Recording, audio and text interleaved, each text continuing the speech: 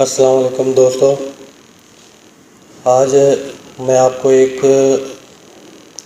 دلچسپ داستان سنانے جا رہا ہوں۔ یہ داستان ہے دریائے نیل کی داستان، جو خونی دریا کہلاتا تھا۔ دوستو، دریائے نیل خشک ہو چکا تھا۔ وہ دریائے نیل جس کا پانی ٹھاٹھے مارتا تھا اور مصر کے کھیتوں کو سیراب کرتا تھا، وہ دریا خشک ہو چکا تھا۔ مصر کے لوگ یہ دیکھ کر پریشان ہو گئے، ایسا پہلی بار نہیں ہوا تھا۔ ہر سال دریائے نیل خشک ہو جاتا تھا۔ مصر کے لوگوں کا کہنا تھا دریا ہر سال انسانی قربانی مانگتا ہے۔ تو ناظرین، جب وہ یہ قربانی دے دیتے تو دریائے نیل پھر سے ٹھاٹھے مارنے لگتا اور لوگ خوش ہو جاتے، ان کی کھیتیاں پھر سے لہلانے لگتی۔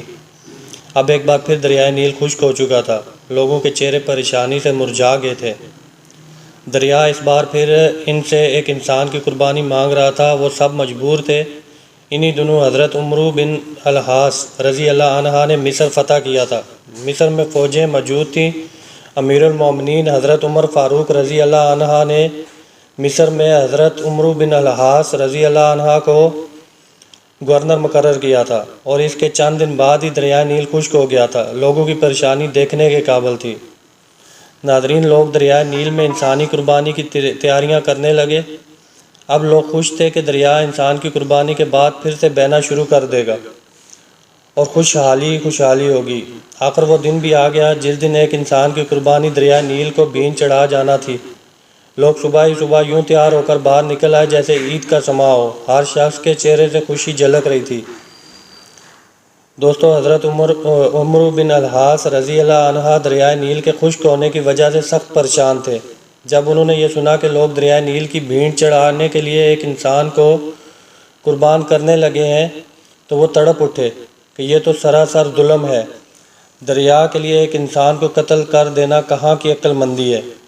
حضرت عمرو بن العاص رضی اللہ عنہ اپنے چند آدمیوں کے ساتھ دریائے نیل کی طرف چل پڑے۔ وہ اس قربانی کو ہر حال میں رکوانا چاہتے تھے۔ جب وہ دریائے نیل کے پاس پہنچے تو انہوں نے وہاں عجیب سماں دیکھا۔ لوگ زرق برق کپڑے پہنے وہاں موجود تھے۔ ہر شخص کے چہرے پر خوشی تھی۔ ناظرین، جب ان لوگوں نے گورنر کو دیکھا تو حیران رہ گئے اور سوچنے لگے شاید گورنر بھی اس قربانی کو دیکھنے کے لیے آئے ہیں۔ حضرت عمرو بن العاص رضی اللہ عنہ نے دیکھا کہ لوگ ایک 15 سالہ لڑکی کو لے کر وہاں آئے ہیں۔ اس لڑکی نے زرق برق لباس پہنا ہوا تھا۔ وہ زیورات سے لدی پھندی تھی۔ لڑکی خوف سے کانپ رہی تھی۔ اس کا چہرہ ہلدی کی طرح زرد ہو رہا تھا۔ لڑکی لڑکھڑاتے قدموں سے آگے بڑھ رہی تھی۔ وہ لرزتی کانپتی ہوئی لوگوں کے ہمراہ دریا کے کنارے پر پہنچ کر رک گئی۔ اس نے مڑ کر اپنے بوڑھے ماں باپ کی طرف دیکھا۔ باپ کی آنکھوں میں آنسو تھے۔ وہ مجبور تھا۔ لوگ اس کی بیٹی کو گھسیٹ کر موت کے منہ میں دھکیل رہے تھے۔ وہ کچھ نہیں کر سکتا تھا۔ اپنی بوڑھی آنکھوں سے بیٹی کو موت کے منہ میں جاتے ہوئے دیکھ رہا تھا۔ لڑکی کی ماں تو غم سے نڈال ہوئی جا رہی تھی۔ ناظرین، لڑکی ہاتھ چھڑا کر اپنے باپ کی طرف دوڑی۔ لوگ اس کے پیچھے بھاگ کھڑے ہوئے اور لڑکی کو لے کر پھر دریا کے کنارے پر آئے۔ لڑکی رو کر لوگوں سے التجا کرنے لگی، مجھے چھوڑ دو، میں مرنا نہیں چاہتی۔ لوگوں نے اسے مضبوطی سے پکڑ لیا۔ اب حضرت عمرو بن العاص رضی اللہ عنہ کے صبر کا پیمانہ لبریز ہو چکا تھا۔ وہ جلدی سے آگے بڑھے اور لڑکی کو ان لوگوں کی قید سے چھڑاتے ہوئے بولے، یہ سب کیا ہے؟ تم اس لڑکی کو کیوں ہلاک کرنا چاہتے ہو؟ لوگ گورنر کی بات سن کر پریشان ہو گئے۔ لڑکی بھاگ کر اپنے باپ کے پاس چلی گئی۔ لڑکی کی ماں نے آگے بڑھ کر اسے اپنے ساتھ لپٹا لیا۔ لڑکی سسکیاں لے لے کر رو رہی تھی اور ماں اسے چپ کرانے کی کوشش کرتے ہوئے خود بھی رو رہی تھی۔ لوگوں نے کہا، اے امیر، دریائے نیل خشک ہو چکا ہے۔ وہ ہر سال ایک انسان کی قربانی مانگتا ہے۔ یہ سن کر حضرت عمرو بن العاص رضی اللہ عنہ نے ناگواری سے لوگوں کی طرف دیکھا، پھر پوچھا، کیا ہر سال یہ دریا اس طرح خشک ہو جاتا ہے؟ لوگوں نے جواب دیا، ہاں، ہر سال دریائے نیل اس طرح خشک ہو جاتا ہے، اور یہ دریا جب خشک ہوتا ہے تو ہم ایک انسانی جان کی قربانی دیتے ہیں۔ اس کے ساتھ ہی دریا کا پانی بڑھنا شروع ہو جاتا ہے اور دیکھتے ہی دیکھتے دریا میں طغیانی آ جاتی ہے۔ حضرت عمرو بن العاص رضی اللہ عنہ نے کہا، یہ تو ظلم ہے۔ لوگوں نے کہا، اے امیر، ہم ہر سال چاند کے 11 تاریخ کو ایک نوجوان لڑکی کا انتخاب کر کے اس کے والدین کو رضامندی سے اس لڑکی کو زیورات اور خوبصورت لباس پہنا کر دریائے نیل کی بھیڑ چڑھا دیتے ہیں۔ پھر دریا کا پانی بڑھنے لگتا ہے۔ یہ سن کر حضرت عمرو بن الحاص رضی اللہ عنہ نے کہا اسلام ان باتوں کو پسند نہیں کرتا، تم ہر سال ایک انسان کو قتل کر کے دریا کی بھینٹ چڑھا دیتے ہو، یہ تو سراسر ظلم ہے۔ اسلام ان فضول باتوں کو مٹانے کے لیے آیا ہے، آئندہ تم ایسا نہیں کرو گے۔ تو دوستو یہ سن کر لوگ بولے پھر تو دریا خشک رہے گا، ہماری کھیتیاں برباد ہو جائیں گی، ہم بھوک سے مر جائیں گے، ہمارے جانور ہلاک ہو جائیں گے۔ حضرت عمرو بن الحاص رضی اللہ عنہ نے کہا تم پریشان نہ ہو، ایسا کچھ نہیں ہوگا۔ حضرت عمرو بن الحاص رضی اللہ عنہ نے انہیں یہ رسم ادا کرنے کی اجازت نہ دی۔ اب لوگ بڑے پریشان، دریائے نیل بالکل خشک ہو گیا، اس میں ایک بوند بھی پانی نہ آیا۔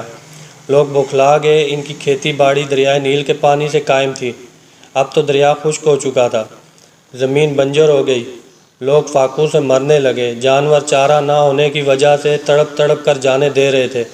یہ دیکھ کر لوگوں نے مصر سے نکل کر دوسرے علاقوں کا رخ کیا، ہر طرف ویرانی ہی ویرانی تھی۔ ناظرین، حضرت عمرو بن الحاص رضی اللہ عنہ نے جب دیکھا تو وہ بھی پریشان ہو گئے۔ آخر انہوں نے امیر المومنین حضرت عمر فاروق رضی اللہ عنہ کو ایک خط لکھا اور اس میں ساری صورتحال واضح کر دی۔ امیر المومنین حضرت عمر فاروق رضی اللہ عنہ نے جب یہ خط پڑھا تو آپ نے حضرت عمرو بن الحاص رضی اللہ عنہ کو جواب میں لکھا تم نے مصریوں کو بہت اچھا جواب دیا، اسلام ایسی باتوں کی اجازت نہیں دیتا، وہ ایسی فضول باتوں کو مٹانے کے لیے آیا ہے۔ میں اس خط کے ساتھ ایک رکا بھیج رہا ہوں، تم یہ رکا دریائے نیل میں ڈال دینا۔ دوستو جب حضرت عمرو بن الحاص رضی اللہ عنہ کے پاس امیر المومنین حضرت عمر فاروق رضی اللہ عنہ کا خط پہنچا تو انہوں نے خط کے بعد وہ رکا بھی پڑھا جو دریائے نیل میں ڈالنے کے لیے تھا۔ اس میں لکھا تھا یہ خط اللہ کے بندے عمر بن خطاب رضی اللہ عنہ کی طرف سے دریائے نیل کے نام تھا۔ اے دریا، اگر تو اللہ کے حکم سے بہتا تھا تو ہم بھی اللہ ہی سے تیرا جاری ہونا مانگتے ہیں، اور تو اللہ کے حکم سے جاری ہو جا، اور اگر تو خود اپنی مرضی سے بہتا ہے اور اپنی ہی مرضی سے رک جاتا ہے تو پھر تیری کوئی پرواہ اور ضرورت نہیں ہے ہمیں۔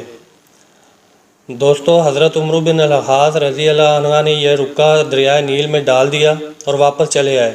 جب صبح مصر کے لوگ بیدار ہوئے تو یہ دیکھ کر حیران رہ گئے کہ اللہ نے دریائے نیل کو اس طرح جاری کر دیا ہے، بلکہ اب تو دریا میں پانی سے چڑھ گیا تھا اور دریا میں طغیانی آئی ہوئی تھی۔ لوگ یہ دیکھ کر خوشی سے چلا اٹھے، دریا جاری ہو گیا۔ اس دن سے اب تک دریائے نیل اس طرح جاری و ساری ہے، ایک لمحے کے لیے بھی اس کا پانی خشک نہیں ہوا۔ دوستو زینت کے خزانے کو الماس کہتے ہیں، لگے تڑپ پانی کی تو اسے پیاس کہتے ہیں، یوں تو سب کی پیاس بجھاتا ہے دریا، جو دریا کی پیاس بجھائے اسے عمر بن خطاب کہتے ہیں۔ جزاک اللہ خیرہ۔